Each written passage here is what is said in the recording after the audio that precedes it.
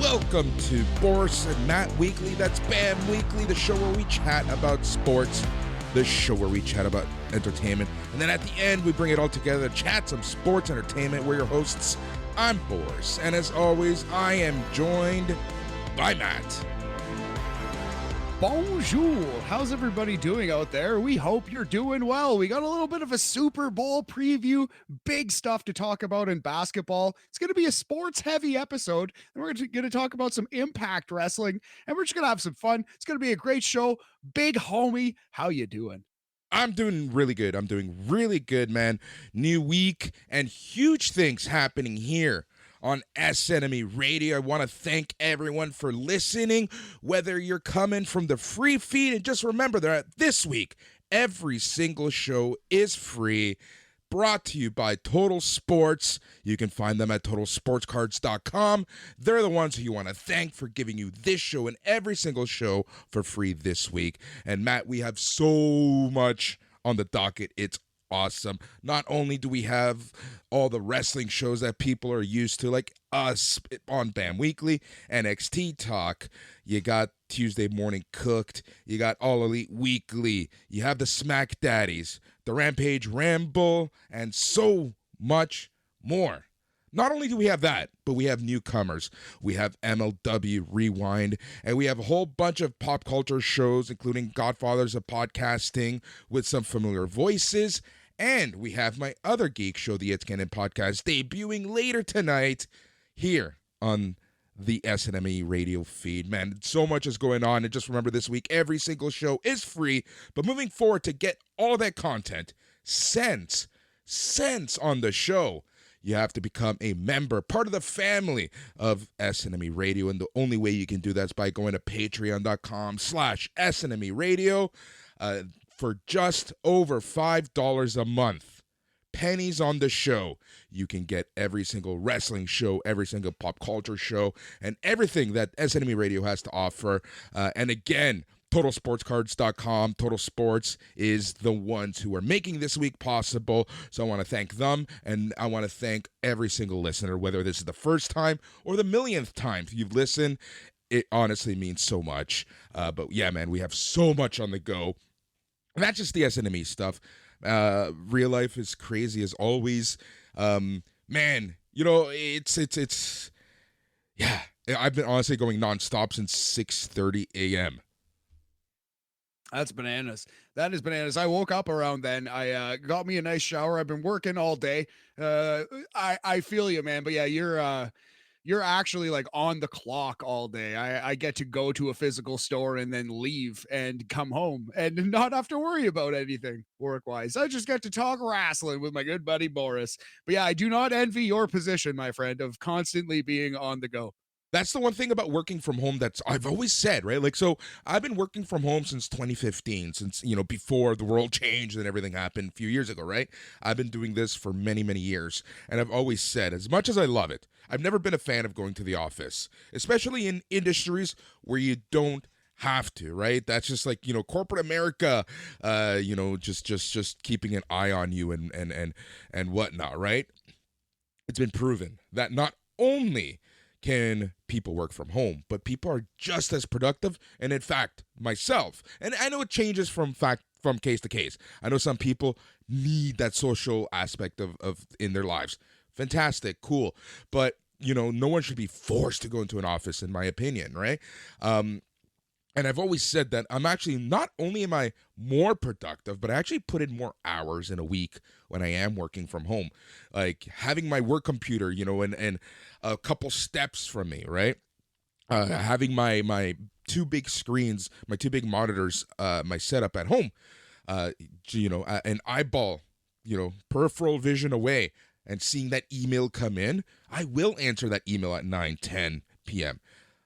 You know, if I can't sleep, which everyone knows I can't sleep, I will get up and send emails at 2, 3 in the morning just because it's something that I'm used to. It's something that's there, right? And I know it's not a good practice. I know it's not healthy per se, but that's just how I work, right? I work in chunks. I do, and then putting all the chunks together, I end up doing a lot more work at the end of the day. And again, that's just my work habits. But yeah, it's just crazy. So I've always said that I end up working so much more when I am working from home. And, it's my job contains a lot of travel, and in my mind, I'm like, okay, I still got to put in my 8 hours or whatever. So I end up working so much more when I'm traveling. It's just so tiring. But enough of that boring stuff that no one really cares about. But that is what you get here on BAM. You learn a little more about us. We talk a little more than we do on NXT Talk. And just remember that on It's Canon Podcast, I really open up sometimes. But that's kind of how things are here. Awesome, man. Well, yeah, we care about you, Boris. We love to hear about you. And I like I said, I very much enjoy going to work and then leaving work and not being at work anymore. Yep. Like I'm pretty obnoxious with it, to the point where, like, if a supervisor will ask me, hey, can you stay? Like, do you want to talk after work? I'll be like, nope, sorry, I'm busy, even if I'm not. You know what I mean? Like, no. Talk to me about work at work, or I'm out the door. You Yep. know what I mean? In terms of like a 9 to 5 job. Anyway, I'm currently working retail too, so it's different because you actually have to friggin' be there. So Yeah. It's funny because for the time being, I am doing. When I work shift stuff, like in kitchens and stuff, right? Like I was very much like you, and this is like back in my university days, where I was like, you got to talk to me here. I am not picking up my phone unless unless the place and the kitchen is on fire, the restaurant is on fire. I ain't picking up, right? But this mentality of like always being on is kind of like that, the tech industry mentality, and it's a crazy mentality, right? Like it's kind of funny because, like, yeah, you do have jobs where you don't work as much per se, right? Where the day might be 3-4 hours one day, but then the next day you're working like 15, 16, 17 hours.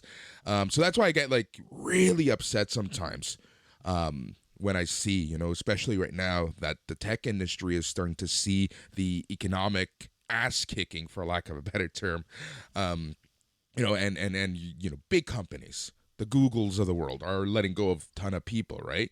And in on Facebook, worst place, and social media in general, right? Worst places to get reactions, because it's like, these people deserve it, they don't work, yada yada yada yada yada, right? It's a bit of a pain in the ass, but no, it's constantly on the go, and it's like the pressures of the tech industry sometimes is insane, and that's something that, like, yeah, I've been fighting for, just because, like, I've been part of it, and I've been in different divisions of the tech industry, right? Like, I started in the medical industry. That industry is a beast within itself. And then obviously I did telecom when I worked with BlackBerry. Then now I'm kind of doing more on the consulting side, and which is something that I really like because it's something different every single day. But yeah, man. Anyways, how was your weekend? What'd you do? What'd you get up to? Oh, I just recovered because I've been kind of sick. You can probably still hear it in my voice. My, like, equilibrium's a little weird. My ears are kind of a little weird. You know what I mean? I got some congestion in the throat, chest, and facial area. But yeah, I mean, life is good. Spirits are high. Other than the recovery process. Got some vitamins into me. Got some sleep. Had to reschedule a little Hinge date that's going to be coming up this week. And just slugging away, trying to get at bats, Boris. Yeah, man. Was this the one that was supposed to happen on Friday? Yes, yeah. I just straight up bailed on that. I went to work on Friday, but then because it was really cold too, and we were both kind of like, yeah, I've been feeling like shit. It's not the best time for a first date. Let's just reschedule it. No, honestly. So we mutually both very much wanted to do that. So already I like her a lot. Yeah, dude, honestly, on Friday I went to our neighborhood pub, Hurricanes, right? Went there nice. With a friend, and yeah, we were hanging out a little bit that night, and we were waiting for an Uber. Okay, so the walk from our place to Hurricanes, what is it? 5-minute walk max? Maybe, if that. Yeah. If that, yeah. Oh my god. Dude, I like the air walking south to Bloor. The air blowing on you. It was coming into my lungs, right? And I have baby lungs, I like to say, right? My lungs aren't the best per se, because I was born really early and they never fully developed anyways. So like I was struggling. The air hurts your face, your lungs you can barely breathe, and just the cold, like my hands were frozen. This isn't like in 5 minutes. Anyways, once we left Hurricanes, we're supposed to go somewhere else, a little more on the west end in the junction, right? Now, Ubers, they weren't too busy because no one was fucking going out. No one was going out on Friday. So Ubers were relatively open and free and not super expensive. But even the 6 minutes we had to wait for the Uber in front of Hurricanes going to the junction after the fact, dude, it was disgusting. Just absolutely disgusting. And then what's crazier is the next day. So on Saturday, it's like 15 degrees warmer. On Sunday, it's 15 degrees warmer than that. And today we're sitting at 0 Celsius? Yes, a -1 degree Celsius. It is currently -1 outside. Yeah, welcome to the junction. We got fun and games, homie. But yeah, dude, it was freezing on Friday. Like you said, that cutting wind, that angry whipping wind, just fuck me. Also, I didn't know you were a preemie baby, buddy. Yeah. Is that why they call you premature, Boris? They call me immature too. Hey yo, but yeah, I was born. Whoa. I was born. What is it? 2 months early, 2.5 months early. Oh, okay. So yeah, it's not like it's pretty damn premature, but not dangerously so. My cousin was born crazy premature. She was insanely small, but she's grown up to be a normal, successful human. She's in nursing and stuff. But yeah, I always knew that's why they called you premature, Boris. Big homie. Yeah, man. Fudge. I keep remembering. We're on the free feed. Can't swear as much. Yeah. Can't do as much. Try to work PG-13. One F word. That's exactly it. You know what? Usually we're pretty good. It's you know what? You know when we swear more? When we start shooting the shit back and forth a little more. That's what I've noticed. Is when we're talking like friends, off any script, off whatever. That's when we actually start swearing a little more. Because that's how we talk in real life, of course. Yeah. I was a little bit of a potty mouth on the NXT review. I went back. I dropped 6 or 7 F-bombs on that show. It's every time you said one, I'm like, that's when spots are gone. Yep, that's when spots are gone. So thank you. TotalSportsCards.com. Yeah, that's the TotalSportsCards.com are real ones. But yeah, man, apologize. I apologize for my potty mouth on that episode, and we will keep it PG-13 here. Yeah, so because this is kind of like a preview week, right? I think it not only do I kind of want to give people a taste of what we usually do here on BAM, so I think we're going to talk a little bit of sports because we got some minor sporting events happening this upcoming weekend. We had some not so good sporting events that happened this past weekend. And then, in the wrestling world, well, I kind of want to show people what we're all about here on BAM, right? Here on SNME, we have a show just about for all of the major promotions, right? We got something for AEW, Dynamite. We got something for Rampage. We got something for Raw, SmackDown. All the pay-per-views are covered, but there's not enough love sometimes shown to the other guys, right? In fact, thankfully, someone is picking up MLW, so that's off of our plate. So, we do have MLW Rewind coming to the network this week. Really awesome show. Really grateful for them to be part of the network finally. That's actually a show, Matt, that I started having conversations with them back in September. Oh, nice. Yeah, we try to get them into the fold for a while. Yeah, I love Uncle Bobby B and the crew. I'm excited to go and listen to some MLW Rewind. The next thing we need is to con some poor sucker into watching the NWA for us. Exactly. That's exactly where I was going to go with that, right? We do talk NWA, we do talk Impact Wrestling, which, I'm at the point now, and I'm having these discussions with Randy and company is, okay, Impact's at the point now where I feel like they need to be shown the love. I really want to show Impact the love. They've been on a roll for the past year and a half, right? 2 years on and off. The past 12, 13 months, they've been on fire in my opinion. So I kind of want to show them a little more love. So we're gonna see what we're gonna do with Impact, but you and I are still gonna be covering that. But it's more like the New Japan Pro Wrestling's, the Pro Wrestling Noahs. And more importantly, near and dear to our heart, it's all of the Joshi promotions from Japan that we really try to cover a lot of here on BAM. And we're going to try to, for the bigger shows, try to do aftercasts for those shows because we got to get more eyes on them, man. We got to get more eyes on them. And the funny thing is, once you start watching, once you start paying attention and you notice how good these promotions actually are, it's hard to look away, and people become so glued to these. Like the fans are just so insanely adamant and love these Joshi promotions. Like especially Stardom, I find. And we're kind of like that, right? Like don't talk bad about Stardom. I will end you. Yeah. You're ready to end people. Yeah, I'm not quite as into the Stardom. I want to get there. The thing about Stardom, it reminds me a lot of Chris Rock's old joke about hockey. It's like hockey is like the heroin of sports. If you love hockey, you only do hockey, and you do hockey hard. You know what I mean? And that's kind of how Stardom is. Stardom is the heroin of wrestling companies. If you're into Stardom, you're basically only into the Stardom.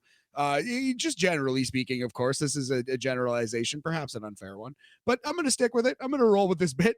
And I don't know, like the Stardom fans are hardcore into the Stardom. They love it. They will tell you it's the best promotion, and maybe it is. Maybe it is the best promotion in terms of long-term storytelling, in terms of consistently good matches, in terms of taking risks, in terms of always being fun. It might be the best in those four categories. Yeah. You know what the problem with Stardom, the biggest problem with Stardom is, and when you start watching, especially Japanese promotions, it's wrapping your head around their schedule, right? They don't have weekly TV. They don't have a Monday Night Raw every week that you have to tune into. The schedules can become a little crazy at times and hard to follow. I find myself like trying so hard to find Google calendars with all the big shows. I have one for New Japan, really looking one for Stardom, and Noah. If anyone knows of the one, send them my way, because I love having these events in my calendar just for reference, right? Because I have stuff written down, but there's just so much going on, and these shows happen so infrequently. Like for example, New Japan Pro Wrestling, they might have, their big Road to shows 2-3 nights in a row leading up to their big quote-unquote event, right? For example, next weekend's New Beginning show, which is quite a big show. We'll talk about the card a little later because there's one match in particular that I really want to discuss. So it's this infrequent frequency of their events that you have to wrap your head around, and that's what I find with Stardom. But New Japan Pro Wrestling is great because I find that New Japan World does a great job of showing you almost everything, minus a lot of their strong events, their USA events. Those are on Fight, but at least when they're going to happen. Stardom, the way that Stardom World and their on-demand service works is, it's very weird because things come after the fact for a few days. You got the window to watch them, and then they go on demand a little later after that. A lot of their shows you have to pay extra for, so it's hard to find, I guess is what I'm trying to say, right? And if you have to go out of your way to know when a show is happening, find the show, you're less likely to watch it, right? And that's the crappy part. So and I think it's up to us, Matt, and other people who follow these promotions to really beat down when these shows are happening, etc. But if you're new and you're trying to find these shows and become a fan on your own, it's really, really hard. Yeah, absolutely. Yeah, well said. And that's what I struggle with Stardom. So yeah, I'm gonna need your help on that, and we're gonna try to show off at least the 2-3 biggest Stardom events of the year, and if we can, do immediate aftercast. Another thing we talk about here a lot, we try to do random top 10s, and I actually didn't tell you about this. This is totally off the dome, but I'm just looking at my notes. And I could do a top 10 matches of the year so far on this show that we're doing right now. I could do an impromptu top 10 matches of 2023. If you want to do that, buddy, we can do that at the end of this show. Let's do it, because it just goes to show you, and we talked about this as we were compiling our top 122 of 2022, and that's like how much wrestling there is. Like, it's insane, and we are just, man, wrestling fans. Let's be honest, we are so lucky to be wrestling fans right now because there's just so much. And this is why, like, it always makes me laugh when people really start getting on WWE's case. I know that, like, you want the best for the companies if you're a fan, and you're gonna, crap on them if they do something stupid. But there's a lot of people who just hate watch WWE, right? And I don't even know why they watch it. You don't have to watch WWE. You don't have to watch AEW. I know people who refuse to watch the big guys, right? They'll stick it to GCW, right? Or they're going to be following everything that's happening in Japan. And even in Japan, New Japan Pro Wrestling, oh, that's too big for them. They're more, in the AJPW and stuff like that. Even Noah's getting too big and popular now, right? Kind of reminds me of like hipsters and the hipster music, and when a band becomes too big for them, right? They turn on them. I guess what I'm trying to say is like how you turned on Billy Talent, Boris. You know what? Yes, that's a perfect example. That is a perfect example. You knew them when they were fucking Blue Unicorn, or damn it, I blew our F word. See what happened? We started shooting the shit just like buddies, and then I just went and dropped one. But yeah, what were they called when you saw them for the first time, Boris? Pez. And I saw them. The first time I saw them was in a little hall in Streetsville, Mississauga. There's this pool hall, kind of the most grungy place that you can find in Mississauga, which is like still posh and upscale. But it's in Streetsville, Mississauga. It was this basement, and that's where Billy Talent / Pez used to play. Super different group from what we got when, they were Billy Talent. I imagine, yeah. But that was that. What I'm trying to say with wrestling is it's just a little bit of different styles, different promotions, something for everyone. That's the beauty, and we're so lucky to be wrestling fans right now. And it's crazy that we're on February the 6th and we have enough matches under our belt to be able to compile a list of even top 10 so far. Top 10 easy, all great matches, and there's 2 matches that I haven't seen that I need to, so we're going to talk about that. Let's get into sports though, buddy. We got to start talking about some sports. You want to start with how terrible the NHL All-Star weekend has gotten? Oh my god. So the All-Star game, when I was a kid, the All-Star game was cool, right? Because on the Saturday night, the Wales and the Campbells divisions would always go up against and do their skills competition, and I liked the skills competition back then. It was simple. Even, it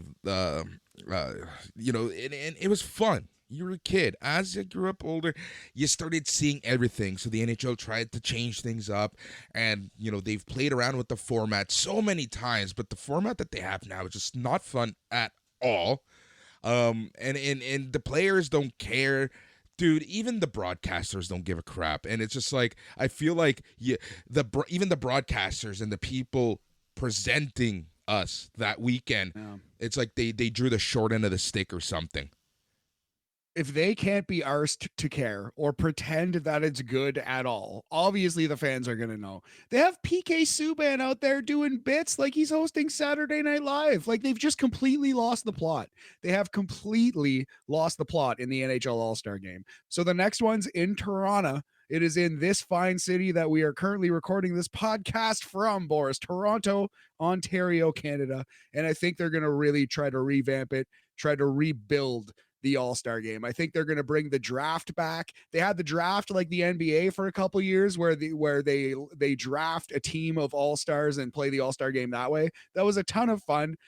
The NHL is so oversensitive. They took it out so people don't feel bad. But even the NBA, which has some really sensitive superstars, even they still do the draft. Yeah. So like guys, like Phil Kessel was picked last one year. Everyone laughed. Phil Kessel is going to the Hall of Fame. I don't think, you know what I mean? Like, maybe it bugs him. Maybe Phil Kessel's leading the charge against the draft. I'm going to say Phil Kessel doesn't give a shit. That's my guess. Yeah. I don't think he cares, buddy.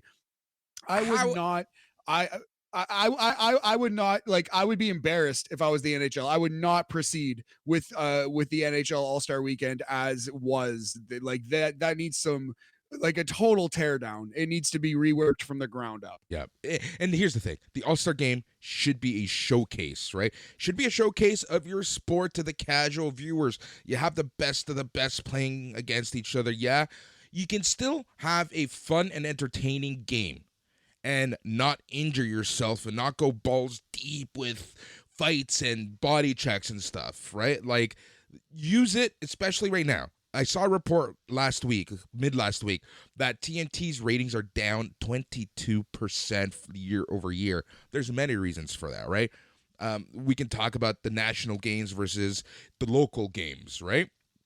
But if your ratings are down and you want to get more eyes, use the All-Star game as that podium. But no, they make an absolute arse of it, and it's embarrassing. And somehow, Matt, it wasn't even the worst All-Star game this past weekend. I love it. I love that take. But it was, they just tried to make it a comedy show, and it was as cringy as cringe could be.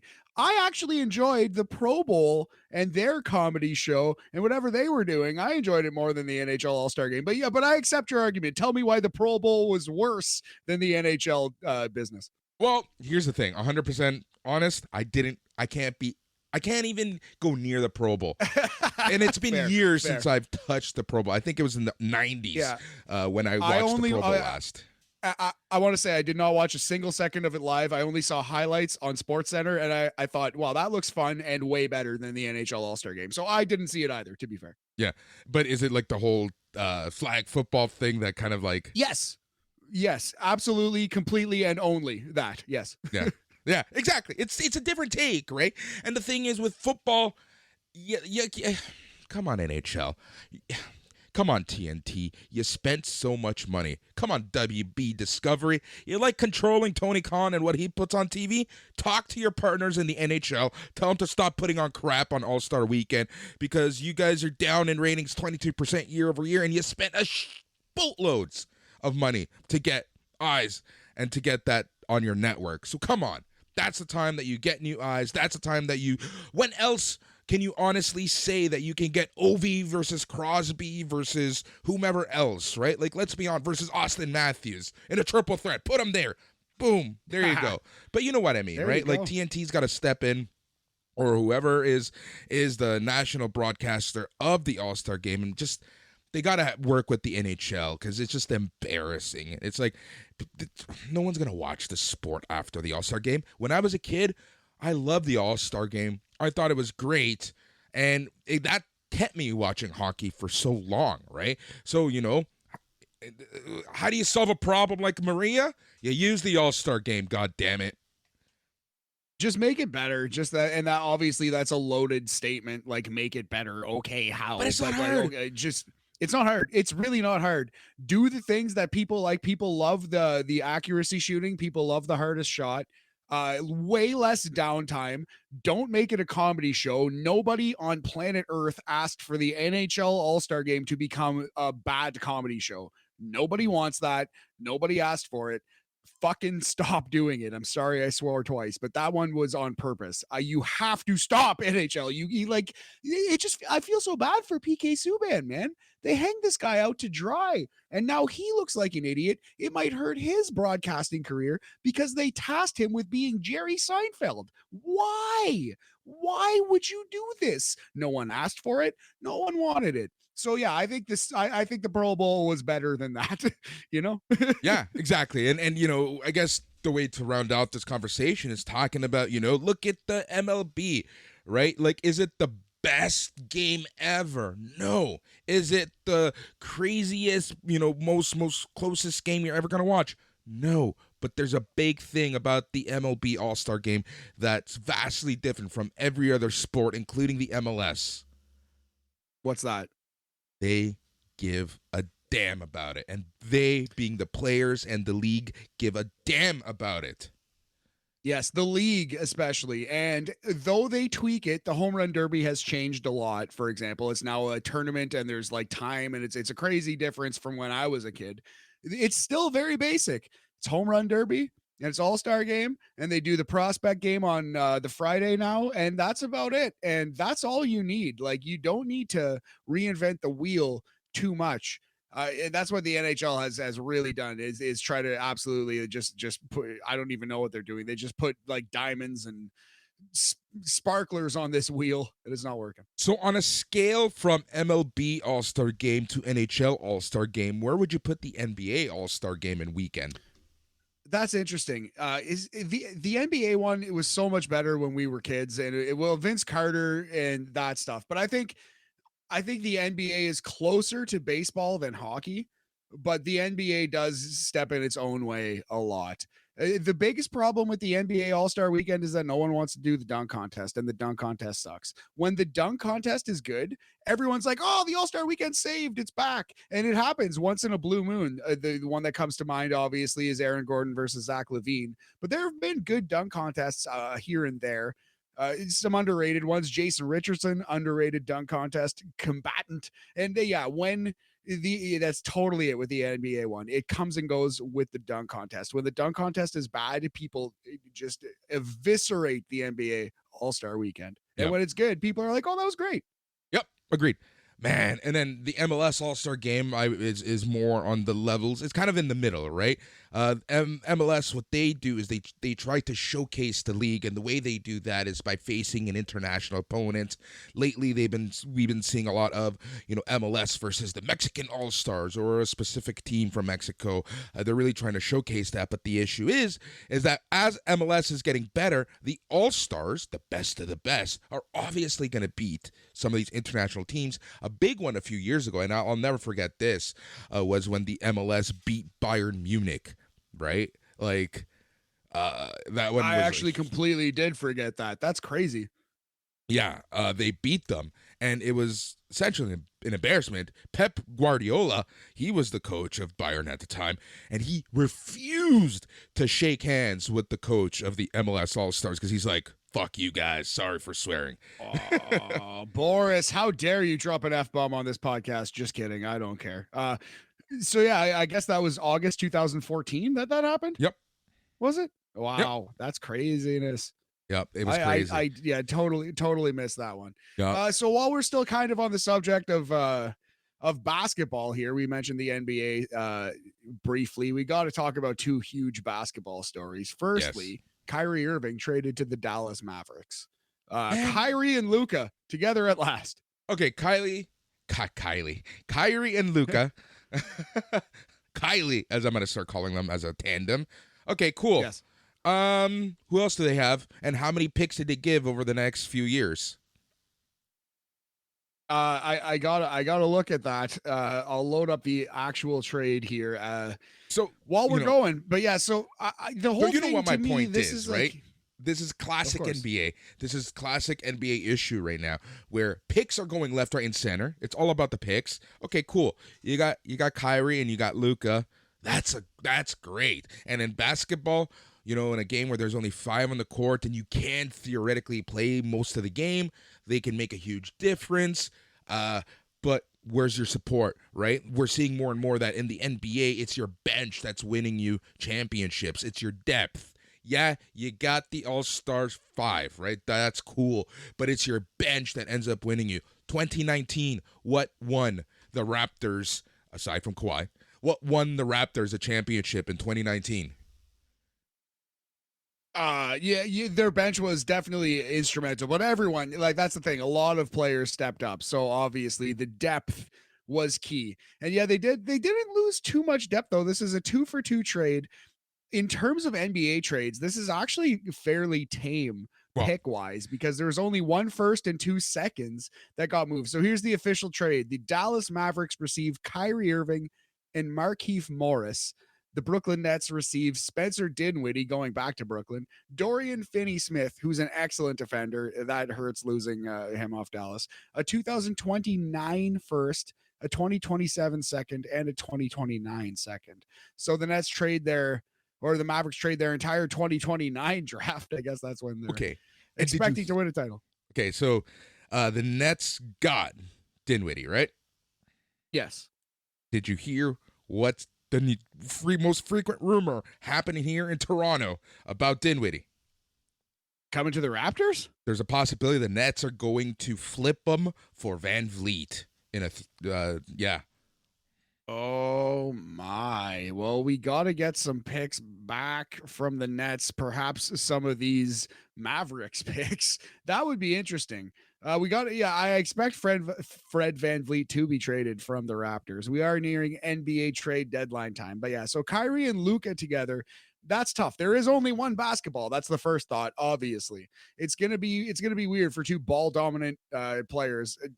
Luka, the most ball dominant player in the league, it's going to be tough. But Luka has way too much of a workload.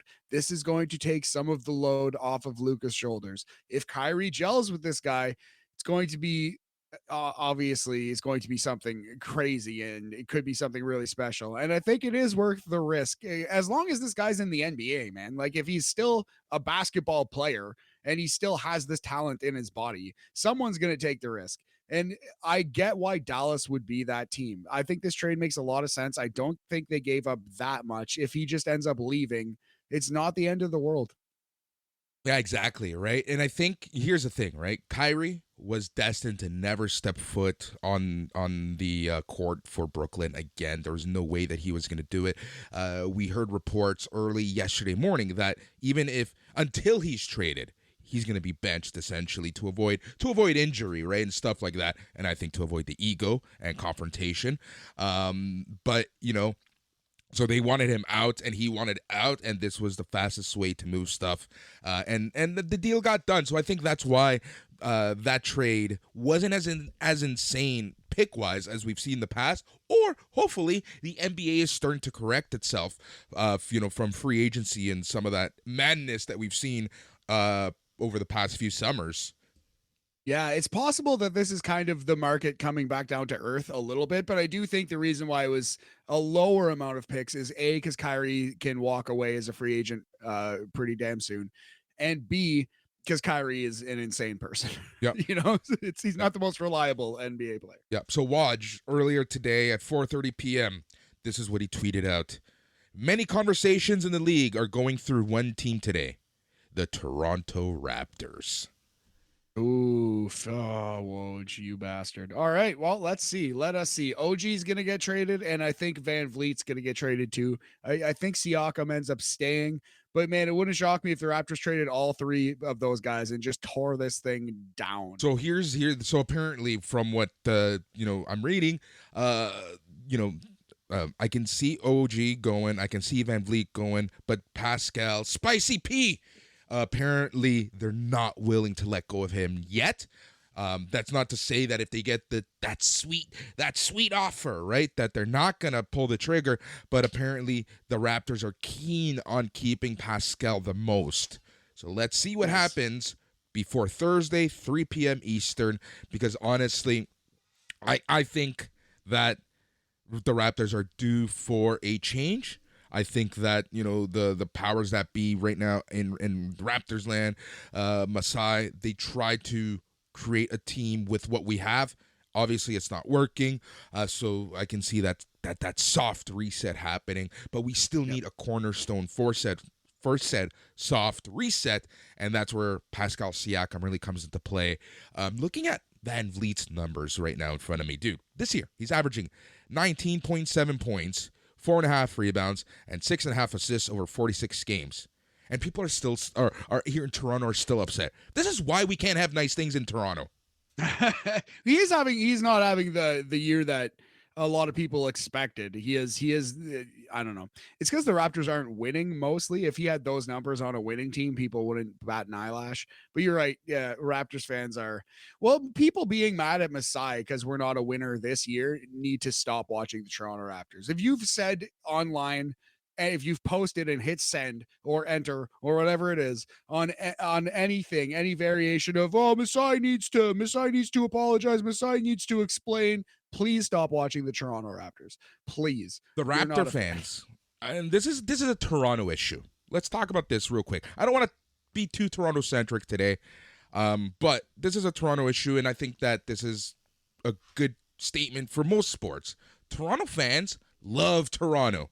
they don't necessarily like basketball in the NBA. They like the Raptors. So when the way that they watch the Raptors, right? They kind of become kind of homerish about it. They become homers about the Raptors, right? A little, it kind of it makes. I guess what I'm trying to say is sometimes the Toronto fans look dumb in the grand scheme of stuff, because they love the fact that they love their team, but sometimes they're a little too. I don't know. I don't know how to explain this properly, but you know where I'm going with this, right? Absolutely. Like, you can't expect to win every game every year. We won a title in 2019. It took a risk with this roster. It's not working out. That's fine. Like, you can't make the playoffs every single year. The East is stacked. We're still in the hunt, but I think what needs to happen is the Raptors need to burn it down, Seth Rollins style. Absolutely, positively burn this thing to the ground. Keep Scotty and Pascal if you want, but you don't even have to do that. You could trade everyone and try to get Victor Wembanyama on this team next year. So, Raptors fans, Boris, to quote a wise man, need to be a little tranquilo, I think. I like that. I like that. All right, let's talk, but let's move on. Let's talk about one last basketball thing. Okay, let's do this. Big news. LeBron James, 36 points away from passing Kareem Abdul-Jabbar for the all-time leading scorer position in NBA history. Tuesday night, LeBron James in Los Angeles plays the Oklahoma City Thunder. He needs 37 points in that game to pass Kareem Abdul-Jabbar. I don't think he gets it. On Thursday, the Milwaukee Bucks are in town. Not only is that Giannis Antetokounmpo probably the best player in the league, the Milwaukee Bucks are the first team that Kareem Abdul-Jabbar played for. It's almost like it was fixed or something. And not only that, not only did Kareem play there, not only are they facing, the arguably the biggest team in the East, but it's on a nationally scheduled game. So here's the question, Matt. When he does it on Thursday, when, not if, when does he use a Kareem hook shot to get it? Oh, that would be so sick. Oh my God, I didn't even consider that. He's got to do a sky hook to break Kareem's record. That would be so incredible. Oh my God, what a great call, buddy. So yeah, he plays on Tuesday. He plays the Thunder. I'm expecting him to go for like 30, 31-ish, 32, 27. He's going to get enough. He's going to get enough so that he doesn't have to work too hard. And he can get that, he can break the record, late in the second half. They can stop the game for 15 minutes, finish the first half, I should say, second quarter. And then, then everything else can happen. Absolutely. Yeah. He's going to break that record before midnight. He's going to break the record early enough that the people in the East time zone can see it. You know what I mean? So yes, early in the second quarter, late first quarter of Thursday night's Bucks versus Lakers game. That is the official BAM prediction. That is when LeBron James will break the scoring record. With a hook shot. With a sky hook. Oh, yeah. Boris, what a beautiful call. God, I hope that happens. I hope. Okay, come on, bookers. Let's book that in. Write the NBA script. Write it out. Speaking of scripts, amazing. Let's talk some NFL. Yes, the Super Bowl. We got to make a Super Bowl pick. Who's your winner? What's the score? Who's the MVP? Okay. All right. So I think my pick of KC isn't changing. I believe that Patrick Mahomes is going to be healthy enough, but I think that he's injured enough. So here's what's going to happen in the game. We talked about this last week. It's still my prediction for this week. The Eagles are going to win the first half by 3 points, and it's going to be a back-and-forth battle in the second half, but I think that KC is going to win by 6 points. Mahomes is going to be the MVP just because it's Patrick Mahomes, and everyone's like, oh, he played injured, he's the best, yada, yada, yada. But that's what I think is going to happen. Amazing. Okay, so here's what I have. Chiefs win. Same exact game. Eagles control the clock, win the first half. Chiefs come roaring back. Kansas City 27, Philadelphia 22, MVP Travis Kelce. Oh, that's a good one. That's a good one. Yep. That is my official pick. 27-22 is at this moment slightly under the score too. I think everyone's going to look at the Super Bowl and everyone's going to bet the over. I think it's going to be a very sexy pick. These are two kind of like good offenses. Obviously, Kansas City is an incredible offense, and Philadelphia runs the absolute pee out of the ball, and they have some awesome receivers too. So I think people are going to pound the over. I think it's going to go slightly under. It's 50.5 points, 27-22, 49 points. So that's my official score. Kansas City beats Philadelphia 27-22. Travis Kelce MVP. All right, I have a question for you, and this hurts me because of our allegiance to the faith, to the greatest NFL team ever, and that's the Miami Dolphins. I love the fact that Tyreek Hill isn't in this game. I hate talking about him, but it makes me so happy that he's at home watching. You know what? I'm currently wearing Miami Dolphins toque, but yeah, I dislike Travis Kelce. I hate that he's on my team, and it's nice that he's not in this Super Bowl. Tyreek Hill. Eat shit, Travis Kelce. Yes, Tyreek Hill. Not Travis Kelce. We like you, Travis Kelce. Tyreek Hill, not so much. Yep, exactly. All right, Bookers, let's see what you come up with for Sunday. But I think it'll be a fun game, right? I think it should be a fun game. We got a fun little halftime show, so that's going to be happening this weekend. We're going to be talking all about it on next week's BAM, hopefully. But yeah, man, it's time. It's crazy. This season of the NFL, I guess we'll do a full wrap up. But I had fun this season. Yes, same. Absolutely. It was, it sucks because my roommate, Fleetwood, who I usually watch a ton of football with, he's a Cleveland Browns fan, and the Cleveland Browns were embarrassing for a number of reasons this year, not the least of which being Deshaun Watson, that whole fiasco. So my football buddy was gone this year. He was very much not watching football, not enjoying it, completely over it. It was actually kind of sad. So in that way, it was a weird football season just personally for me, and watching football in my house, it was like a weird vibe around football, but I did enjoy watching the games. I think it was an excellent season in terms of action. Brock Purdy was a great story. I can't wait to see where he goes. San Francisco has a lot to work out with their quarterback situation. We have Aaron Rodgers going to a new team now. We have the Buffalo Bills. Can they climb that mountain next year? Football is in a really good place. Boris shaking his head at the Buffalo Bills. Nah, they won't. They won't. No, they're not going anywhere. Well, they ain't winning anything if they haven't won yet. Here's the thing about the Bills. The window is closing for the Bills right now. I don't closing. Closing. That is fair. Closed, no. Closing, perhaps, yes. Yeah. Closing. There seems to be the Buffalo Bills unfortunately picked up some egos throughout the season, and it'll be interesting kind of see how they figure themselves out. It's kind of funny that last year we predicted, the downfall of the Rams. I thought it was going to happen, before they won the Super Bowl, but it eventually, everything that we said was going to happen in terms of egos and them not playing well together and them essentially blowing up, happened mid-season this year. Yes. But I hope that doesn't. Look, I'm not a fan of Buffalo at all. But I don't want to see that happen to Buffalo because, those poor fans, man, they've suffered through so much. Absolutely. I do think Buffalo had some really key injuries. Losing Von Miller was devastating to Buffalo. He's such a huge, that changed the entire playoff run. I think Buffalo's going to be okay. But you're right. The windows, it feels a little bit like the Maple Leafs. Hate to throw darts at our Toronto fans, but it feels like the Maple Leafs. Not the window is not closed, but it's closing. It's closing. For many reasons. It is closing. Yes. And for many reasons, Maple Leafs feel like Buffalo, and Maple Leafs fans feel like Buffalo fans because in many cases they are the same human being. Yep.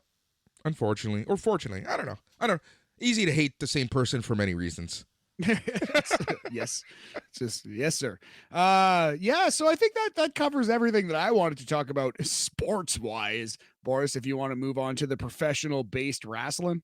Let's do that because I think there's nothing major to talk about in the entertainment. Go listen to the It's Cannon podcast. I'm going to be talking all things Last of Us, all things, a couple Apple shows there. Nice. I actually do off the top of my head, I do have one thing. Joe Pera. I've talked about Joe Pera Talks with You. He's one of my favorite comedians. That's one of the best shows I've seen in my entire life. I love that show. Very weird, very slow. It reminds you of your grandpa, except he's actually 30. He's not 70. But yeah, it's just a very unique, offbeat kind of guy, and he's got a new podcast. The first episode is about soup. I suggest that you listen to it. It's fabulous. That's awesome. You know what? Sometimes those random podcasts are always the best. It's like that one that I've talked to you about, Ologies, where they pick something. Yeah, I love that one. I love that one. Just learning random stuff. I listened to like half of an Ologies episode to pass out, and I was really enjoying it, and I totally forgot about it until you mentioned it just now. So I need to check that pod out again. Yep. You know, educational podcasts like BAM Weekly. Those are the best ones. Yes, sir. Absolutely. Now let's talk some Impact Wrestling, the most educational topic of all. Let us talk some Impact Wrestling. Like I mentioned to start the show again, Impact's honestly been on such a roll. I know you don't watch it like every single week, but you watch it when you can. Before we get to this week's show, or last week's show, I should say, Matt, on our DVR, I've noticed a crap ton of best of TNA matches. Thank you, Canadian Game Network. Yes, the Game Show Network in Canada plays best of TNA. So I just recorded that, and we had like 25 episodes. I haven't watched any. So I was going through some of them. I noticed a lot of Robbie E., currently known as Robert Stone, Mr. Stone in NXT. He's all over this show, to the point where I wonder if he booked the matches for a brief period on this Best of Impact. But I did catch two matches that I hadn't seen before that were actually fantastic. Just one morning, I was just like, I'll check out some of these. And I saw two matches that kind of blew my socks off. So Jeff Hardy versus Austin Aries from Bound for Glory 2012. That was at least 4 stars. And Jeff Hardy versus Austin Aries the next month, a ladder match from Turning Point 2012 was even better. So I would say probably 4 stars for Bound for Glory, 4.25 something special would be on the top 2000 or top 112 of 2012. Is that what it would be? Yeah, that's what it would be. Those are two guys, Austin Aries and Jeff Hardy, for many different reasons. They are their worst enemies. Yeah, absolutely. The Austin Aries thing is so weird because he doesn't have a drug problem. He's not like out there driving drunk. He's not out there assaulting people. He's just the biggest dick in wrestling. He's just a dick. He's just an asshole. And that's why his career didn't go exactly as far as it should have. But you watch this guy in the ring and you're reminded like, oh my God, Austin Aries would fit in like a glove in AEW, or you know what I mean, any of the best rosters that in current wrestling. Like, he was ahead of his time. He was really, really good. Yeah, he was. All right, let's talk some modern Impact and what's going on right now. Dude, there's a lot going on right now. So, over the past several months, Bully Ray is still somehow hovering and being featured on Impact. At first, I know. At first, I'm like, oh my God, it's starting again. You know, as soon as I give Impact enough credit, they do something to just come down. It's the reverse. Yeah, the reverse Godfather 3. Just when I think I'm in, they push me back out. Yeah, exactly. All right. And then maybe I'm justifying it in my head just so I keep watching this show, because I do cover it very often. Might be. For slamwrestling.net. But here's the thing. Josh Alexander has faced, he's had excellent matches with not the biggest names. You're right. And no, I'm not trying to dig a hole on anyone, right? I'm not trying to say that these people aren't great, because he's had some great opponents like Eric Young, right? And Kazarian, Ishii. Yeah, but people who are amazing wrestlers but not name value in the United States of America.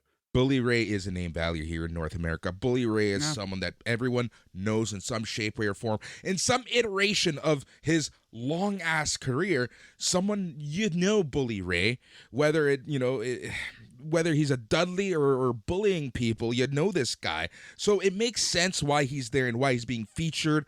He has taken a bit of a step back, but he's still one of the main people on Impact. So last week, they had something called the Golden Shooter match, which is which was a 6-way elimination match. Rich Swann won that match, and he became the number 1 contender. And the Golden Shooter. Please, bam! I just think of Happy Gilmore, Shooter McGavin. Yes. This is Shooter's tour. And I'll be damned. Someone's going to take Shooter's spot. Exactly. So it's Rich Swann versus Josh Alexander is going to happen mid-February at No Surrender, which is their next Impact Plus event. Rich Swann finally coming back. This is the first time he's really been featured since he lost to Kenny Omega 2 years ago. Yeah, I was going to say, Rich Swann lost that awesome match to Kenny Omega that was on our top 121 of 2021 list. Pretty high, if I remember. And then he fell off the face of planet Earth. Yeah, what happened to Rich Swann he for the last 18 months? He teamed up with Willie Mack off and on, and then once Willie Mack left Impact, he's kind of been nowhere. I was gonna say he's kind of been left in the dark. No, that's Willie Mack. He's fighting on Dark right now. Yes. the weekly Boris Dark joke. They're getting better. That was a good one too. Last week's was the best one yet. Yep. Okay, so Rich Swann, Josh Alexander, and then right now, it's kind of weird because you have Santino Marella as the authority figure, right? And Bully Ray is kind of like, trying to insert himself into the main event, and Santino Marella is saying no. A few weeks ago, Bully Ray powerbombed Scott D'Amore through a table, so Bully Ray is like, hey, Santino, look at what I've done to other authority figures. Give me what I want. He's pulling a Batista type of thing. Nice. Yeah, okay. So I understand that this is Bully Ray's character, and nothing you have said is wrong. And I see this same thing happening with Jeff Jarrett, where he's doing good work and it's enhancing the show. But it's just that he plays the badass outlaw character. That character shouldn't be a 50-year-old man. It shouldn't. In professional wrestling, the badass outlaw who's laying out fucking like everyone. Yeah, sorry. He's just absolutely destroying people left and right. That should be a 25-year-old kid. It should be the Wardlows. It shouldn't be the Jeff Jarretts and the Bully Rays. All right. But let's talk about the show itself, because the opener and the main event were fantastic. The opener being Bullet Club's Chris Bay and Ace Austin versus Kevin Knight and Kushida. Ooh, that is a very interesting tag team match. 3 awesome wrestlers. Kevin Knight would be the odd man out in that, but it's not that he's not got a lot of potential. Haven't seen enough Kevin Knight to firmly declare him awesome. Certainly think he's got a lot to offer, though. Yeah, and Bullet Club, Bay and Austin, they've been on a streak since the New Japan's Junior Tag League tournament. They ended up in second place in that, and I love the fact, thank you, Impact Wrestling, for not screwing their momentum up, right? This is what I mean about Impact. They're taking a step back, and they've embraced the entire wrestling world, and they're not being dumb with stuff. I absolutely love that. Yeah, you got to take the scope of what's happening and push the right people, other than of course Bully Ray. Anyway, Chris Bay is awesome, and yeah, Ace Austin. If you've never seen Ace Austin, he reminds me a lot of TJP when I first saw TJP. He reminds me of a modern day Lash LaRue. Huh, what an interesting comparison. I would have never thought that, but there's something in there that I could see that for sure. I could totally see it. Yeah, but TJP, I think, is a perfect way to describe him, like the modern day, or a similar wrestler, similar style Pokemon as you love to stay. And this was honestly a very, very fun match. Yeah. So in the middle of the match, Kushida and Austin are playing chicken as they are on their opposite opponent's shoulders. That was actually hilarious. And then Knight does this amazing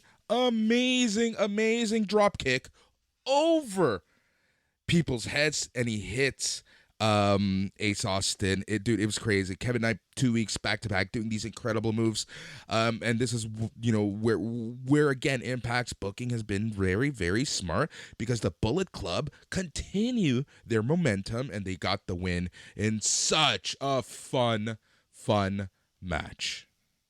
That's awesome to hear. Yeah. Love me some Ace Austin. Love me some Chris Bay. I think that's an excellent, super underrated, way deep under the radar tag team. And yeah, man, it's good that they're getting some big wins here on Impact.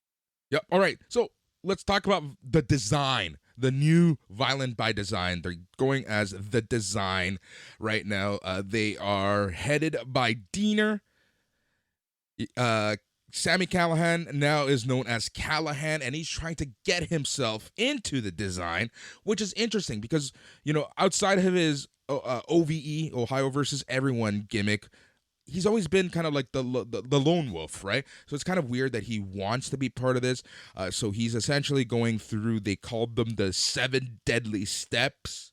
Step 3 was for him to win the golden 6-shooter match. He obviously didn't win, but he was part of the final 2 with Rich Swann.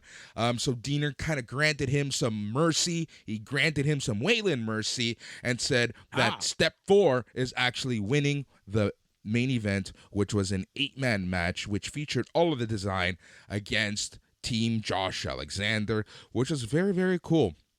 All right, Giselle Shaw went up against Savannah Evans. So Giselle Shaw has been in a lot of tag teams. She's always kind of turned on her partner. So she ends up beating Savannah Evans, and then she grabs a mic, and then she says that, she is going to be known as a Black Widow. So she's essentially set that up as her new nickname. And then she's like, she's going for the Impact Championship. So that was that. Kenny King, formerly of Ring of Honor, showing up super late to work. He gets in people's faces. Kenny King has been feuding with Mike Bailey recently, and he's like, I know how to beat this guy now. And then he starts talking about Rich Swann. He confronts a couple people in the back, which included SNME's own Aiden Prince. So that was cool to see him. Aiden Prince also had an excellent match with Josh Gresham before Impact. Oh, wow. That's awesome. Jonathan Gresham? Yeah, Jonathan Gresham. Yes. Yeah. Wow. Aiden Prince versus Jonathan Gresham. I definitely want to see that match. Yeah. It's very sad to hear about the news of Aiden Prince's injury, but you got a lot of fans here in Canada and on SNME, the SNME family. Aiden Prince, get better soon. Bigger and better things. Absence makes the heart grow fonder, man. Don't worry about it. Just shake it off, brother. You're gonna be good. And he's one of the most talented wrestlers in Canada, and honestly, one of the most underlooked independent wrestlers on planet Earth. Pay attention to Aiden Prince. I'm sure when he comes back from injury, he's gonna be shot out of a cannon. I'm not trying to blow smoke up that guy, but honestly, he reminds me so much of Josh Alexander as he was getting big, right? Everyone knew of him, everyone knew of Josh Alexander, but he just wasn't given that next step. He's the best kept secret. He's the best kept secret in Canadian indie wrestling. He is the number one prospect. The next Josh Alexander, the next Speedball Mike Bailey.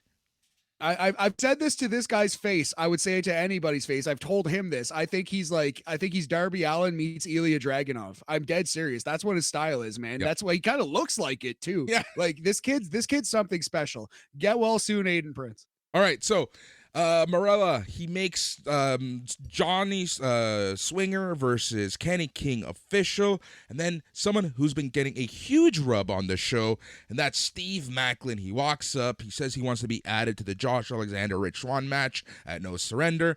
Marella said no. He says he's got something to do later. That's when Dirty Dango walks up, and he says he's offering to be Morella's assistant if he is added to the four-way match. And this four-way match is actually a new match that's going to determine the future number one contender after No Surrender. All right, next match was Crazy Steve with Black Taurus versus Sheldon Jean. This match was a squash. Crazy Steve won this match. But after the match, Trey Miguel runs down. Trey Miguel is starting to show some heel tendencies. He runs down, shoves Taurus to the ring post, tries to attack Crazy Steve.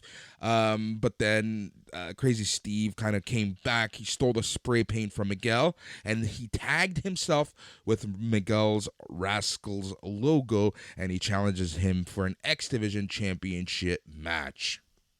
All right, after that, Gia Miller is with Jordan Grace in the back. Grace was asked about her Knockouts title rematch because she is set to face Mickie James shortly. And that, Mickie James and Jordan Grace from the last pay-per-view was just so freaking good. Cannot wait to see this rematch. Grace essentially said that she's getting ready for that, and she's going to welcome the newcomer, Steph DeLander, next week on the show. Next, Here's a fun one. Santino Marella is backstage, sits down with Raven. Marella asks Raven how could he be a successful authority figure. Raven told Marella to make him the champ since they'd be losing money if he wasn't. Marella kind of jokingly says he'll think about it. Guess who shows up? Did you hear about this? No, I didn't. Also, did you note who Steph DeLander is? No. Steph DeLander, known to NXT Talk fans as Persia Parada. Yep. Persia Parada of NXT fame is Steph DeLander. Sorry. Yep. Ron Rice shows up. Oh, Big Reese. Yep. No way. What was his name in the flock? Was it Reese? I think it might have been Reese. Yeah. I think so. Yeah. Yeah, I think Ron Reese was simply Reese when he was in the flock. I remember a Reese versus Chris Benoit match of all people, and Benoit beat the crap out of this 7'2" man.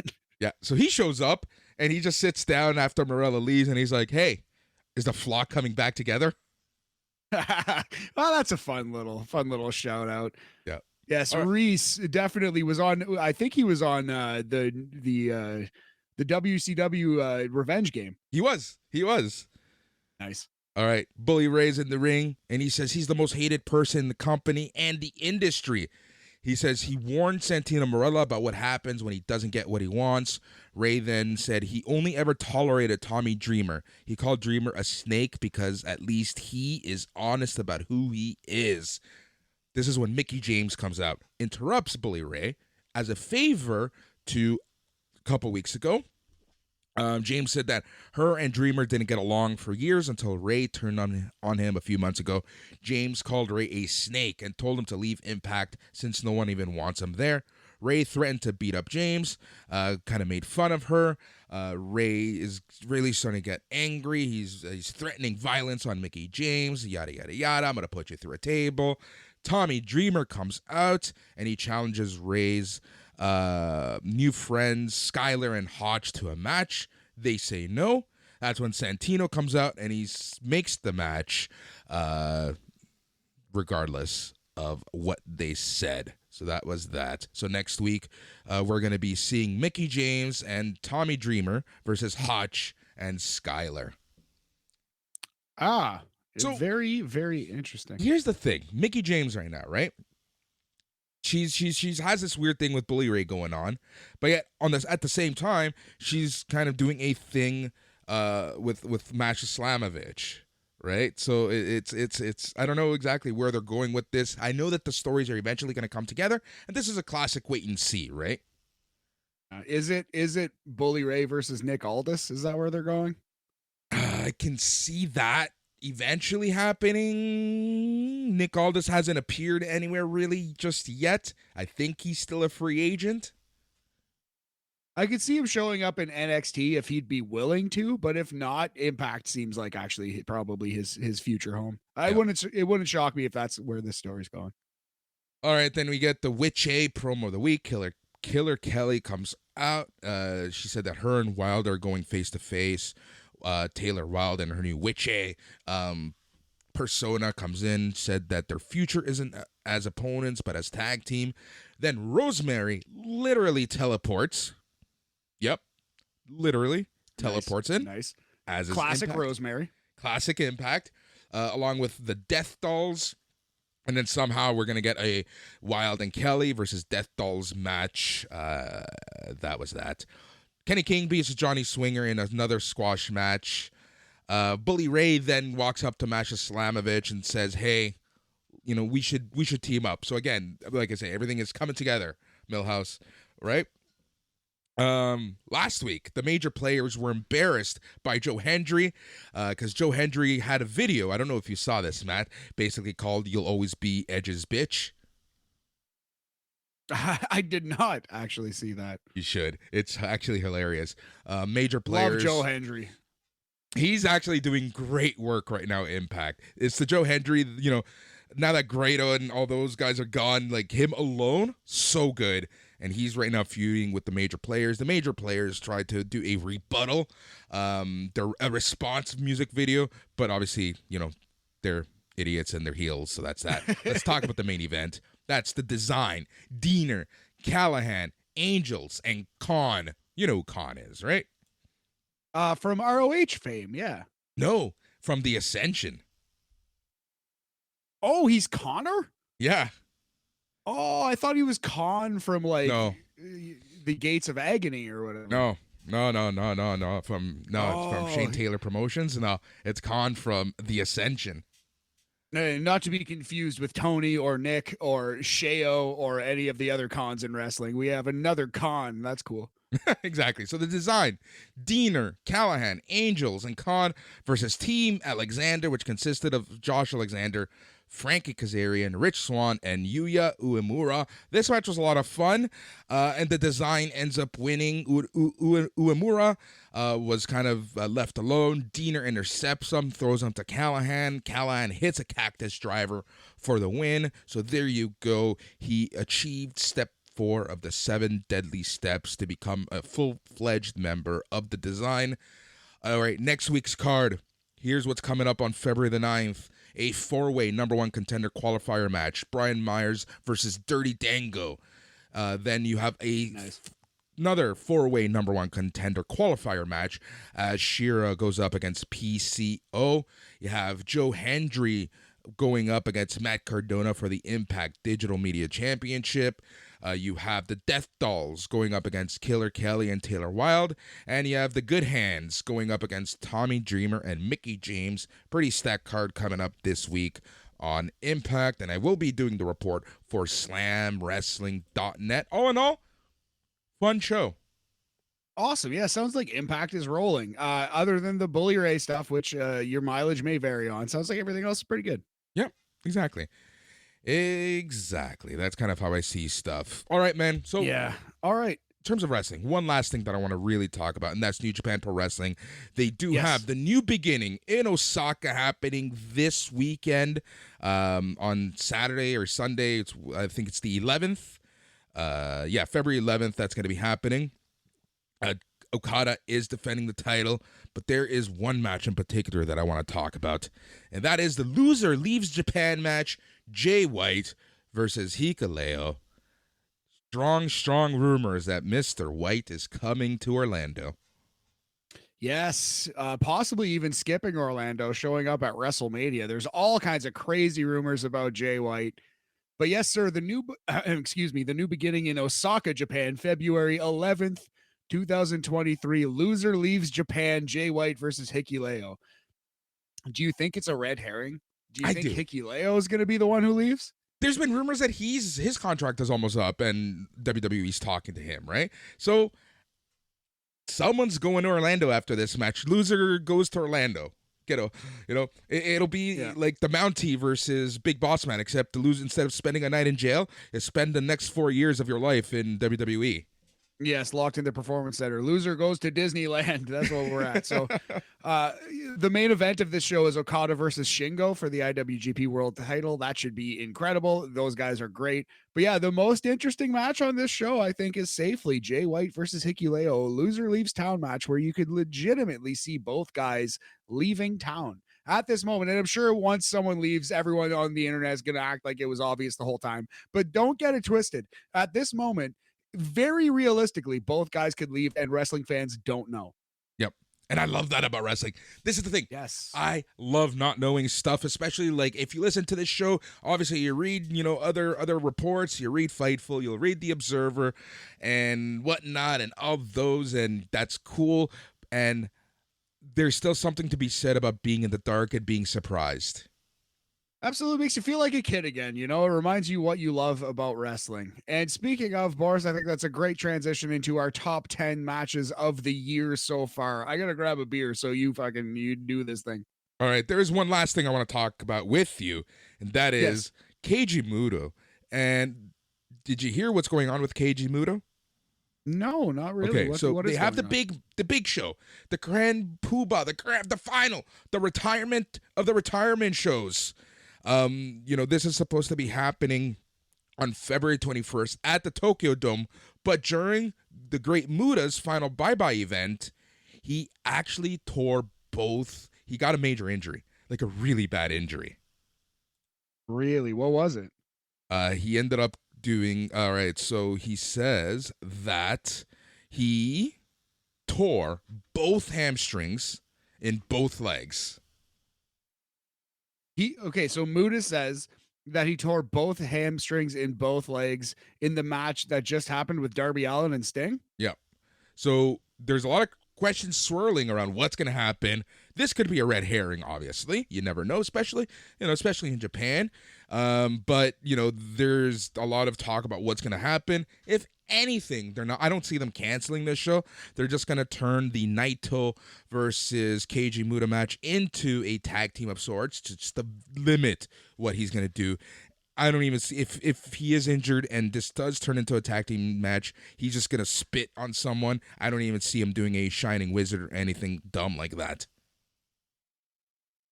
Well, I mean, if he's a 60-year-old man with 2 torn hamstrings, if that's real, he might be wheelchair bound for the next 2 months, man. Like he's not throwing a Shining Wizard. No. Yeah. If he could stand up, he could definitely miss someone. Yeah. That's sad. I hope that's a work. I hope so too. But this was coming out late last week, so that's February 21st. We'll talk about this in closer to the show. We'll go through the card. We'll talk about that. That would be a cool list to have. The best Keiji Muta, Great Muta match list. Doesn't need to be extensive, but just a little something, right?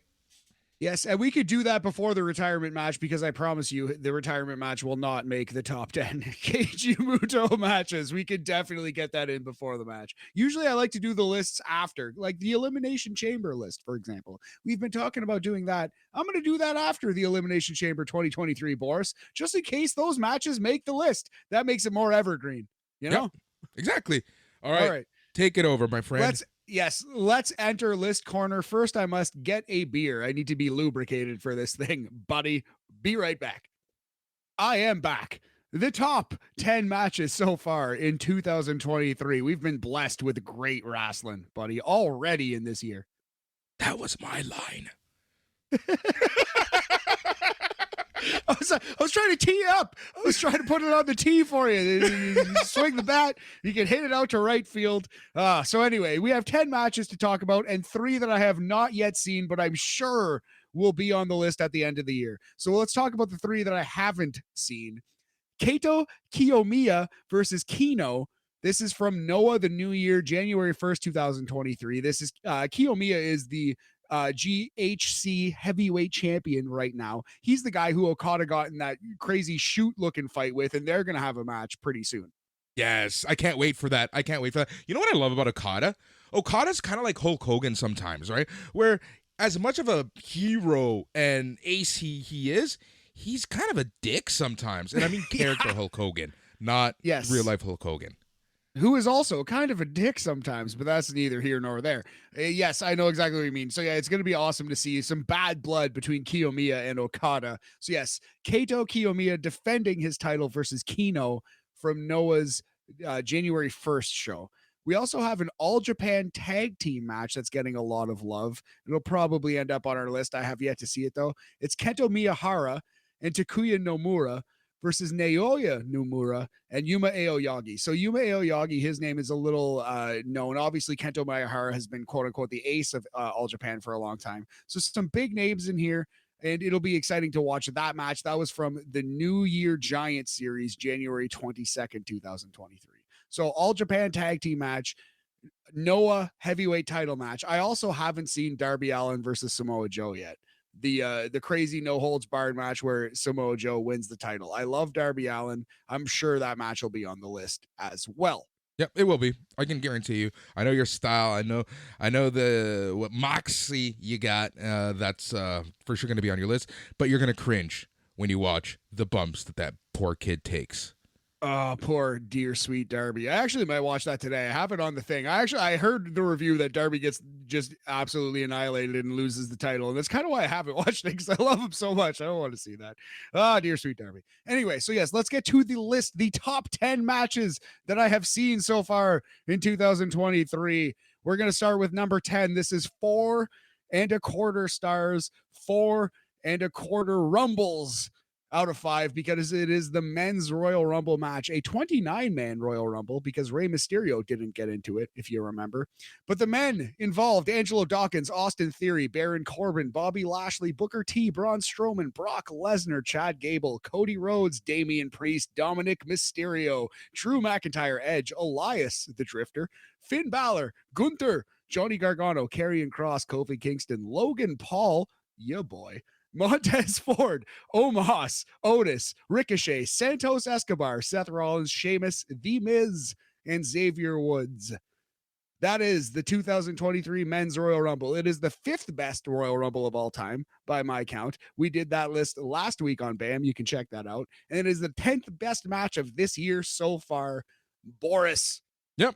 I think that's fair, right? Like the Royal Rumble, the Men's Royal Rumble was simple and it was well done, right? And Yes. I feel like you got a lot of stories out of it, which kind of goes into your thread that you put earlier this morning on the SNME Radio Facebook group, which everyone should be a part of. And if you're not, go and join it.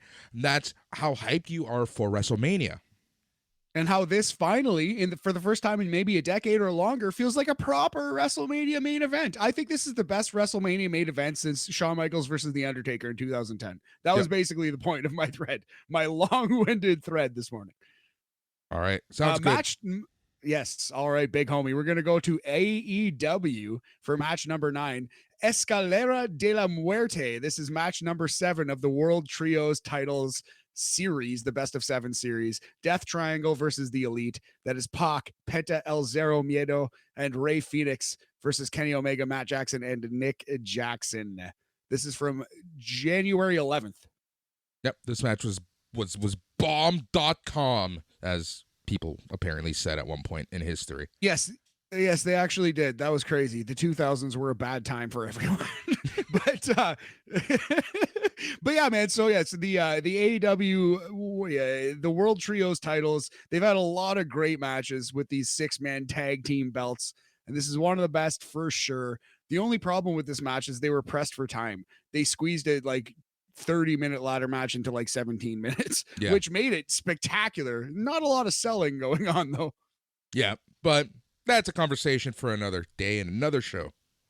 Yes, sir. Yes, sir. So match number 9 was that trios ladder match. Match number 8, to NXT Vengeance Day we go. Dijak versus Wes Lee, going out on a limb and saying it was even better than that ladder match. This I feel is exactly where it goes on this list.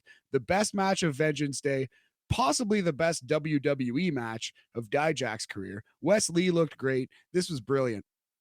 You said you're going out on a limb. Is this limb Dijak's finger? No, it's a stronger limb than that. Poor Dijak with his acute angle finger. Yep. Oh, that's so nasty to see. So gross. So match number 8 of the year so far, Dijak versus Wes Lee, Vengeance Day. Poor Dijak with your mangled finger. He'll be back soon, I'm sure. Match number 7 for the AEW TNT title, Darby Allin versus Kushida. I love this match. Kushida just trying to work Darby's arm. There's some awesome spots in this match with a well-told story. I thought this was just excellent professional wrestling. I love Kushida's work. I'm a huge Kushida mark. Match number 7, Darby Allin versus Kushida. I almost made the joke that he was better in Jacket Time, but I didn't want you to quit on me. I would have shut the window down and left SNME Radio. I would have just not only quit this podcast, but quit the entire network. I know, that's what I mean. Good thing you didn't make that joke. Match number 7, Darby versus Kushida. Yeah, you kind of did. No, we're just gonna ignore that. Match number 6, 5, and 4. It's the Bryan Danielson 3-pack, buddy. The Bryan Danielson, the D. Bryan 3-pack. So how do you rank the 3 big Danielson matches? All of which 4.25 stars, all of which must be talked about on the year of the match of the year, blah, blah, blah, blah. Anyway, so I'm going to put Danielson versus Thatcher 6th. The most recent one, it was a scientific battle. That is going to be where we rank Danielson versus Thatcher, the 6th best match of the year. That was from February 1st. Match number 5, Danielson versus Takeshita from January 11th. And match number 4, the best Danielson match so far this year versus Bandito That is from the January 18th episode. So match number 6, Danielson versus Thatcher. Match number 5, Danielson versus Takeshita. Match number 4, Danielson versus Bandito. What do you think, buddy? Oh, it's so hard to rate these, man. Each of them had a different story within the match. In the overarching Danielson trying to get to his title shot, the Iron Man match, right? Honestly, I preferred the Thatcher match the most, but that's just the style of wrestling that I like to watch. That's fair. And that's what it basically comes down to. I like the Bandito match the most because I feel like we got a little taste of everything. We got the scientific, but we also got the high flying. We got the crazy suplexes. We got the big comeback. We didn't think like Bandito might have beaten Danielson in that match. That was the closest Danielson's come to losing, I think. So excellent stuff. And this week he faces Rush. Oof, that could be amazing. I hope Rush doesn't concuss this man because I'd be scared to wrestle Rush. He's a crazy man. Like if you watch him work, he beats the crap out of people. Yep. I don't know if this has actually been said anywhere, but what Rush said in Spanish to MJF, he basically said, "I'll do what you want, but then I'm coming after you and your belt."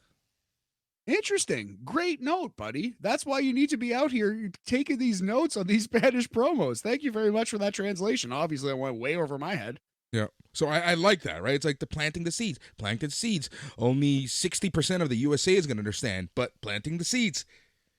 Amazing. Amazing.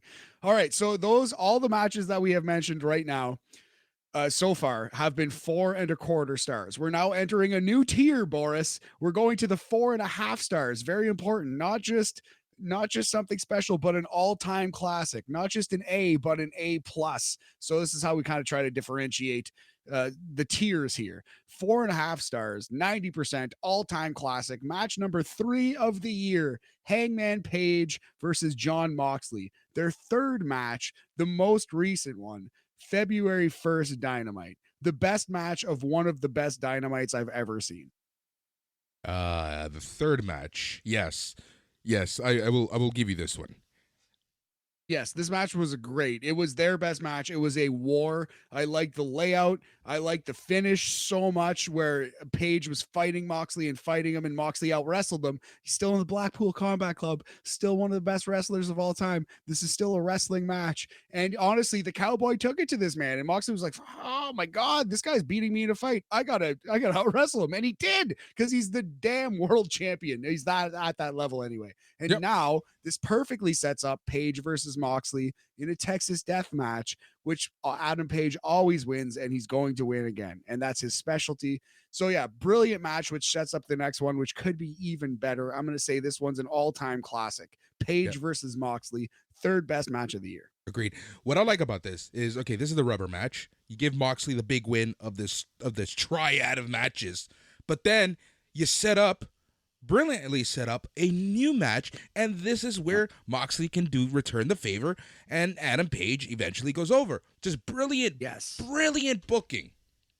100% agreed. Wrapped in an excellent match too. So yeah, no lower than number 3. And the only reason it's number 3 is because we have two things that are so very special. The number 2 match of the year, also an all-time classic, Jay Lethal versus Mark Briscoe. The Jay Briscoe tribute match. It's shades of the Owen Hart tribute match. Yeah, I wouldn't have a beating heart in my chest if I told you this was less than an all-time classic. It is an all-time classic. It was a beautiful display of professional wrestling that I'll remember for a very long time. Jay Lethal versus Mark Briscoe, 4.5 stars, number 2 match of the year. Nothing else to say. Beautiful moment in wrestling. I honestly think that it was the most emotional wrestling fans have gotten all at the same time in a really long time. And it was just such a good match to top it all off. And the ending was just absolutely incredible with, the tribute and everything that happened. And this is why I love wrestling sometimes. Exactly. It's terrible that we had to see it, but it was beautiful that they put it on. And it was just, professional wrestling doesn't often make you feel that way. And that's kind of what we're doing here. And I think even they would tell you that there's been a better match this year. I bet you Jay Lethal and Mark Briscoe themselves would tell you that Kenny Omega versus Will Ospreay from Wrestle Kingdom was the best match of the year. That is 5 stars, one of the best matches I've ever seen in my life. Kenny Omega versus Will Ospreay is the match of the year. And as brilliant and beautiful as some of the wrestling has been this year, it's not really even close. It's not close. No, this match, honestly, it's going to be hard to dethrone from the number one spot. I absolutely agree. If it does get dethroned, we see something that is truly transcendent in wrestling. Yeah. So yes, yeah, we all go to the truly, next plane of wrestling. My God, we just advanced to wrestling heaven. So the 3 matches that are on the podium, 3 all-time classics. Number 3 of the year, Hangman Page versus Moxley, their rubber match. Number 2, Lethal versus Briscoe, the Jay Briscoe tribute. And the number 1 match of the year so far, Kenny Omega versus Will Ospreay from Wrestle Effin' Kingdom. Big homie. Love it. Thank you for that, Matt. And I think this puts us to bed this week here on BAM. That's Boris and Matt Weekly. And there is so much going on here on Sunday night's main event. This is the preview week where you get to listen to each and every single show. After this week, the only way that you can listen to every single show is by becoming a part of the family, as I like to call it. And the way you become part of the family is by going to patreon.com/SNME Radio, and you can thank Total Sports and TotalSports.com for presenting this free preview week, because without them, none of this would be possible. So thank you guys. Again, thank you for listening, whether this is the first time or the 100th time. It truly means so much to us, but, got to keep it locked in on the network, because not only do you have the full rotation of wrestling shows, we are now adding a slew of pop culture shows. So this week, you're going to be getting the It's Canon podcast. That's going to be coming out later tonight, where I geek out with my co-host Phil, and we talk all things pop culture, all things comics, and the best part of that show is that it's all in canon. You're also going to be getting Tuesday Morning Cooked, which is Mike McGuire and Joe Aguinaldo, as they go through an in-depth Raw preview and talk about other stuff like their life. We're also going to be getting Steve Swift's Rambling AE Dark review. Now, these reviews are kind of shorter, and they're more on the comedic side. So I'm really excited to be listening to that. Then Matt and I are coming back with NXT Talk, and it's going to be a doozy of an episode because Bailey is making an appearance. So we'll see what happens after that. We are Ding also dong, getting... hello. Yep, we're also going to be getting Steve Swift's Rambling AEW Dark Elevation review. Again, in the same theme as his other review, where it's more comedic and short. Then we're going to be going with All Elite Weekly on Thursday. We're also going to be getting Steven's Wrestling Journey, which is going to be a bi-weekly show. We're getting the Mouths Rock and Roll Lunch Party. Then the Godfathers of Podcasting, as Donnie Da Silva and Chris Tidwell. They've been podcasting forever. Hell, they started The Law, which turned into Sunday night's main event. So they're coming back, and they're talking all things pop culture. And they have awesome guests each and every week. On Friday, we're going to have Setting the Standard, as Uncle Bobby B and the Standard himself, Matthew Grant, talk all things the Ontario wrestling indie scene and how Matthew went from referee to pro wrestler in this chaotic Ontario season. Then we also have AEWTF, which is coming at you from Dark Side of the Elite, where they go through each and every show and kind of recap the month that was AEW.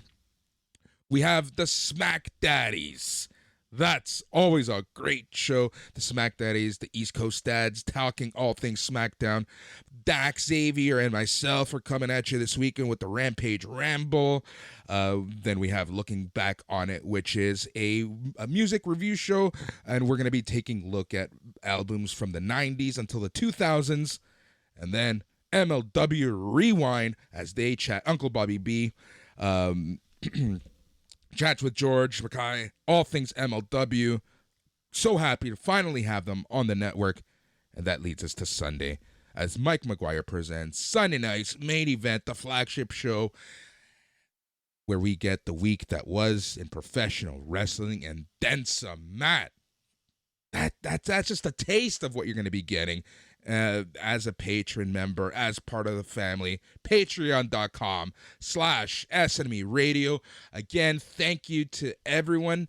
It means so much if you are a patron, if you are part of the family, it means so much. Matt, thank you as always. He's Matt. I'm Boris. Till next time, stay tranquilo. To quote the great Daddy Magic, Matt Menard, just a little daced, and spelled D-A-S-T-E, just a little daced, Boris. Yeah.